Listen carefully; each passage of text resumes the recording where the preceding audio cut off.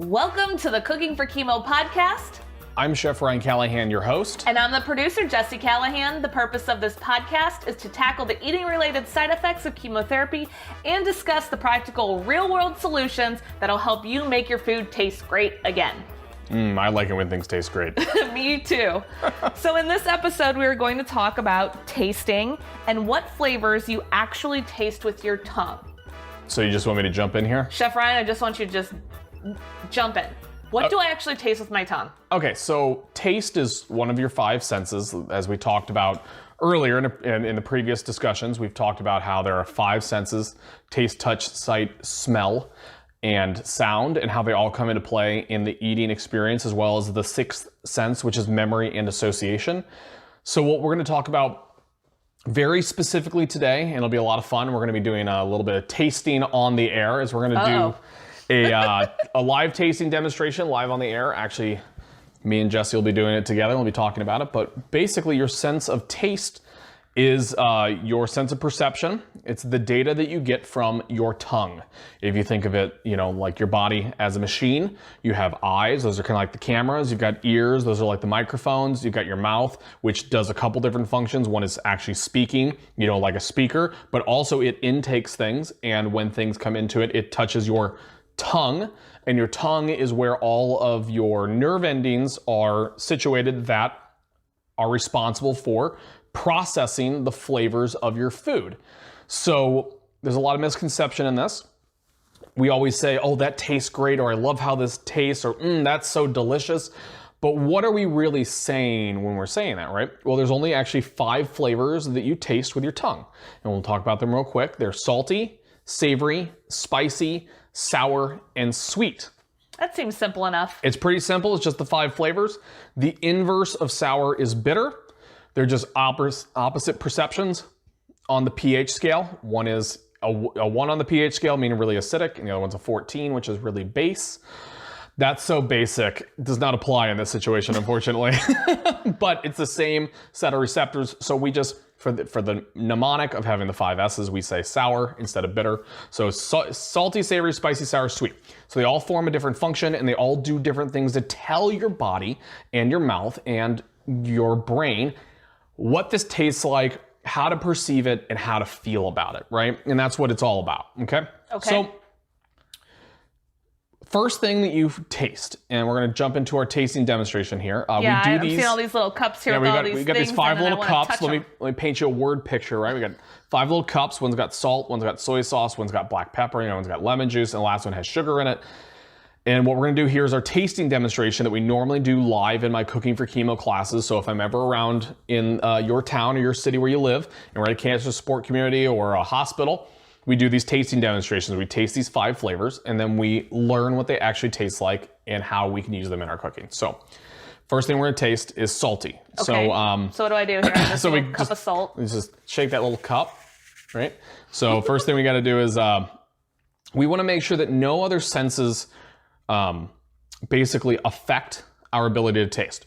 Taste and smell are very closely related. So the first thing we want to do is we want to grab our left hand if you're right-handed, and you want to pinch your nose. Oh, okay. So go ahead and pinch your nose. I hate my nose pinched. You hate the way it sounds when you pinch your nose? Well, I'm Italian and I have a big nose, so I don't like it pinched. Does it hurt?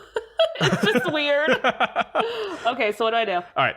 So first thing you want to do is take your index finger, and you want to lick it. Okay. And you want to stick it inside, and you want to get that salt all over the tip. Stick it on the salt cup. And then go ahead and get it on your tongue, and use your saliva to move it around. Okay. And tell me what it tastes like. That is most definitely salt. Okay, let's go ahead and release our nose. I didn't realize I tasted just all of that on my tongue. So that is your sense of salt, right? That's that salty flavor. So what salty flavors do is they amplify all of the other naturally present flavors inside of a dish or inside of your mouth or inside or on top of something else, right? You ever had a boiled chicken breast before? They're disgusting. They're gross, right? Anything is just, any boiled meat's kind of gross. But if you let it dry out and you add some salt to it, all of a sudden it starts tasting like something, like a steak. When, how you ever had a steak and it's not very good and you add some, you go, it needs some salt, right? Well, that salt goes in there and it amplifies all the other flavors that are present inside of the dish, right? That salt amplifies it. It's like Atlas, the statue of him holding the world. That's what salt does and salty flavors do. They actually amplify all of the other flavors and makes them more delicious. It especially amplifies our next flavor, which is savory flavors. So same thing, we're gonna pinch our nose. Don't sniff this, it's cheating. So you don't need to lick your finger. You can just smell it without even. Dip your finger in there and just go ahead and taste it. Yeah, that one's a little more wet. Get it all over. Ooh, this is savory. All of a sudden, you've got this flavor. Very subtle, right? It moves all over. You can kind of feel it. It's more muted than the salty, but it's still, Release your nose. Woo. Breathe out, and all of a sudden you got that weird smell, right? Yeah, that was definitely a weird smell. That's soy sauce. So but that shows you the relationship between tasting and smelling. Yeah. That's why whenever you're sick and your nose is clogged, nothing tastes quite right. I didn't taste that fermented smell with the soy sauce until I let go of my nose and then smelled it through my nose, but I couldn't taste that. It was just, it tasted, I guess, what do you say, savory? It tastes savory, right? Yeah. So that savory flavor is activated by the presence of salt. It's caused by amino acids, like glutamic acid, for example, is a perfect one. These amino acids in these dishes, they tell us this is delicious, this is home cooked, this is comforting, this is just good stuff, right? Let me use the example of a steak or like a pot roast, but other things that are really savory is like black tea, red wine, green tea even is very savory. Bacon. Kelp, bacon, mushrooms, tomatoes. These are all very, very savory dishes, and when salt is added to them, all of a sudden it creates these new layers of flavor experience. But savory flavors inside of our dishes make us feel comforted, they make it feel wholesome, and they make it feel delicious. And that's kind of what savory flavors do inside of your food, is it just makes it feel better tasting and more substantial. You're not gonna, almost like it fills it out. It adds fullness. I call it that sense of warmth and brown flavor, because almost every savory thing is brown, but it really does create this wholesomeness in this deliciousness. So the next flavor we taste is spicy. So go ahead and say a thing. You want to pinch your nose, lick your finger and stick it in there. I want to only do a little bit of this. Get as much as you can. My tongue. Just work it around for a minute. My tongue is warming up and it's getting a little irritated. Okay, so go ahead and release. Now all of a sudden we've got all these other black flavor notes and smells yes, that we didn't have before. Pepper. So the function I need some water I'm here. gonna get a little water on my tongue. Oh yeah. So a lot of people don't realize this, but peppers, black pepper, white pepper, red peppers, and chilies are spicy ingredients.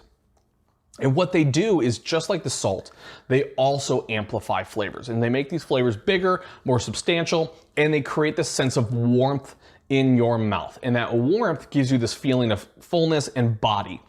And it just amplifies everything. That's why on a steak, the two most basic things that you're gonna put on a New York strip steak is you're gonna pack it in salt and fresh cracked pepper. And why is that? Because it's gonna build those savory characteristics with the salt and with the pepper and make it bigger and better and even better tasting. It's gonna amplify those savory flavors that are in between. And that's what salt and pepper really do in a dish. Yeah, it's warming up my tongue right now. It does, and even with something as simple as black pepper, people don't realize, and what it does is it actually agitates. Yeah. It agitates the skin, but it gives you this sense of warmth, and hot food is delicious. Even if you don't like hot food, adding a little bit of black pepper, a little bit of white pepper, discreetly into your food will make it taste better and more full. So that's the third flavor. So far, it's definitely alive in my mouth. I could also give that adjective. So far we've had salty, savory, and spicy. So the next one is sour. Ooh. So we're gonna pinch our nose again. Most people don't like this flavor, but I love sour. Like, I love lemons. We're gonna get a little bit of this and work it around. Ooh, wow. Even with my nose pinched, I puckered. So you can go ahead and work it around and release. And then we got that lemony smell, right? Now I smell the lemon, but I didn't taste the lemon. I've just experienced. So sour flavors are acidics, right? These are acidic liquids or powders. And she's still licking. I love lemons. She's literally drinking it. But one of the things you'll notice right away is the astringency, right? It pulls the moisture out. It actually, I noticed that my tongue stopped feeling spicy as well. And that was the other thing I was gonna say, is the acidic liquids, what they do, the acidity reduces the amount of spiciness because of the way that chemicals interact. And we won't go into that. That's a whole different lecture for a whole different day. Yes, that seems like a whole thing. That's some chemistry, boys and girls. So what the spicy flavor builds and makes it spicy. The sour flavor comes in, and so far we've had salty, savory, and spicy, and these have been building flavors, making it bigger and bolder. And really, honestly, with salt, with a little bit of saltiness, a little bit of savoriness, and a little bit of pepper, a little bit of spiciness, that's delicious all on its own. It was, yeah. But it's not nuanced, and we want some nuanced flavor. And the way that we do that is by adding a very imperceptible sour note. And what sour flavors do, very simply, is they lighten the perceived weight of a dish. Is okay. And it definitely lightened my mouth. It removes the burning, and it cleanses the palate after every bite. It's called a palate cleanser, right? What it does is in a heavy, super savory dish like pot roast, you add a little bit of red wine vinegar, a little bit of lemon juice, something like that into it. And what it does is instead of leaving this residue on your mouth after you get done eating, which especially in cancer patients can become exhausting. That's one of the things that causes you to become disinterested in food is the flavors linger for too long and it causes metallic taste. These sour flavors help to cleanse your palate and remove the metallic taste in between each bite. And that helps keep you interested. Well, so far we had the salty, savory, spicy, sour, and now we got to balance it with the greatest balancer. I want to touch on something real quick. You also said what we tasted here was lemon juice, but you also mentioned vinegar. That's correct. So any acidic liquid can be used as a palate cleanser. So you can have lemon juice, lime juice, orange juice. So all the citruses. All the citruses, that's what I was just about to say. All the citruses, and then of course red wine vinegar, balsamic vinegar, apple cider vinegar, rice wine vinegar. The only vinegar I don't recommend cooking with is white vinegar. That's just better suited for cleaning your tubs. Yeah, it gets my tub real clean.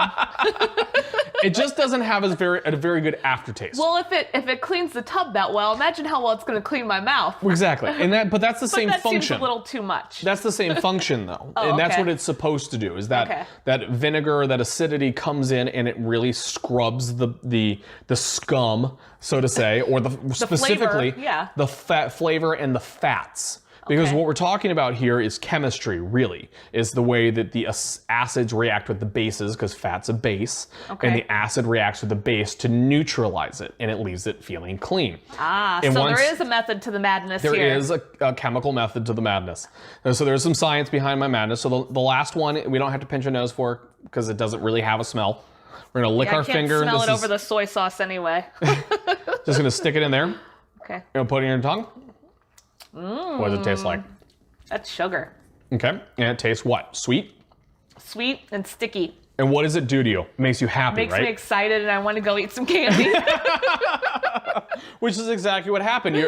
Just to narrate for you guys, instead of her being like, oh, this is this and oh, this is that, her eyes lit up like a little kid, right? I smiled. Sweet flavors cause an endorphin rush. They just do. They go straight to the pleasure centers of the brain. That's why we eat candies.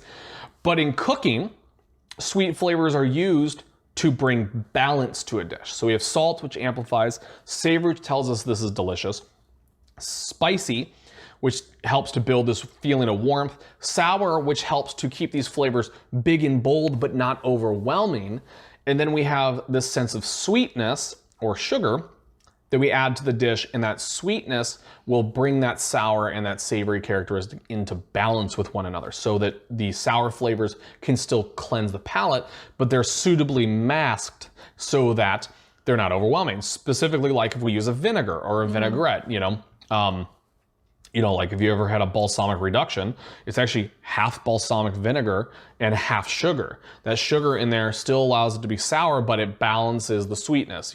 Sour and sweet they're like yin and yang. They balance each other. But these sweet flavors, they give characteristics to the dish that you couldn't get otherwise. And these are really the hallmarks of great cooking, that you can use all 5 of these flavors. And of course, there's a couple different theories on cooking. There's the French theory, which is beat it into submission, cover it in a sauce, and the chef is the greatest because he made it like this. Or there's the Italian Chinese theory, which is you want the ingredients to be the best that they can be. And that's the idea here, is that we're trying to bring the best characteristics out of each ingredient, out of the flavors of the dish and to make the dish balanced, not just inside of the dish, but for us as well. This is really important to know because as a caregiver or someone going through cancer, you need to know what flavors you like and which flavors you don't like. You as the caregiver need to know, or you as the cancer patient? Both people need to know this. The cancer patient especially needs to know this because this helps with communication. And if your caregiver makes you something and you say, I don't like it, it's too spicy, right? They may assume, oh, I won't put cayenne pepper in there anymore. But really what that person, like we talked about with the chili in a couple podcasts back, they may really be saying, I don't like the taste of the cumin in the chili, okay? And this is important information to know because knowing what you like and what you don't like helps you to craft dishes and to eat better and get that extra spoonful, that one more bite. And that's the idea here. So you start by understanding the salty, the savory, the spicy, the sour, and the sweet, and balancing your dishes to the cancer patient's preferences, not our preferences. And that's the caregivers. specifically the flavor preferences. Exactly, and that's just the tongue flavor preferences. Okay. So that is the 5 flavors in a nutshell, a little tasting demonstration. So I think at this point we need to talk about your sense of smell just a bit because that's the next podcast. But don't get too much into it, yes. Your sense of smell, everything beyond these basic 5 flavors is actually your sense of smell. And we're actually going to talk about that in the next podcast. So I think this is a good time to jump off and go to, I believe we have an audience email. Yes, we do. So the question is, ever since I started treatment, all my foods taste super salty and I don't know what to do about it. Help me. So help. That's always the emails. Help.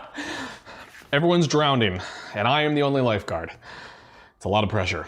So what this person is basically saying is that ever since they started treatment, everything tastes salty.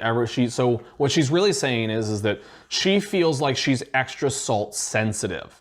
Okay, and that's what we're talking about here. So my recommendation to someone who is extra salt sensitive, meaning like she tastes it like on an exorbitant level, like right? She's at a 10 when everyone else is tasting it at a 2. That's correct. Okay. That's exactly what I'm saying. So she's experiencing salt at a 10 when it's really a 2 or a 1. And that's sensitivity, that's extra sensitivity. Okay. Just like when you get a migraine, you might get what's called photosensitive, which is where the light hurts your eyes physically. That happens to me all the time, as you know. Yes. I just sit in a dark room with an eye mask on. So what I would recommend in a situation like this is that you sit down and you do the tasting demonstration that we just did. And sit down with your caregiver and your family and your friends and your loved ones or whomsoever can help you out with this. Taste each of these 5 flavors exactly the way we did and take notes. What did this taste like to you? Was the salt really too salty for you? Was the soy sauce too big and bold? Was it the pepper? Was it the sour? Was it the sweet? What flavors do you like? Because that is what you really need to focus on. Because you might say, if you eat a raw carrot and you say this is too salty, it's probably not actually salt. You're probably perceiving salt because that's what you associate this flavor with. And then I would try eating, I don't know, a regular potato chip or something that's naturally salty like a pretzel and tasting these different foods with your nose pinched and seeing if it really is your sense of taste or if it's your sense of smell. And it's like that, the tasting game that we talked about doing. Go through, start tasting everything. And what I would do is I believe I was extra salt sensitive, as I'd start by first figuring out which one of the 5 flavors it really is. Is it really salt? Because, most people can identify salty by nature, right? Right. And then go through and taste the different foods and see what works for you and what doesn't. If it really is salt, then you can very easily overcome this by diluting flavors, diluting the saltiness, and by not eating a lot of pre-made food, because a lot of pre-made food is going to have salt in it. Yeah, most people don't think about that. I mean, pre-made food is unbelievably salty, and honestly, making food at your house is inherently healthier for you for no other reason than you use the better ingredients, which are better for you, and you're going to tend to use more veggies, more fresh stuff, and it just has more vitamins and nutrients and less salt. You can control the flavors you put into it. Exactly. And so that would be my advice, is discern whether or not it really is salty, and if it's really salty, lower the amount of salt. And the other alternative is that it might not actually be salty.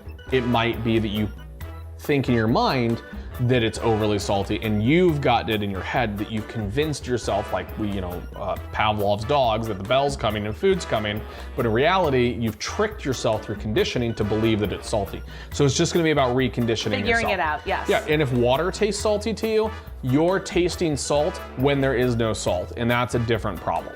So I would say so. So on that note, that's all for this episode of the Cooking for Chemo podcast. Remember, you can get all of this information and more on our website, cookingforchemo.org, along with our Gourmand award-winning cookbook, Cooking for Chemo and After. I'm Jessie Callahan. And I'm Chef Ryan Callahan. Thanks for listening.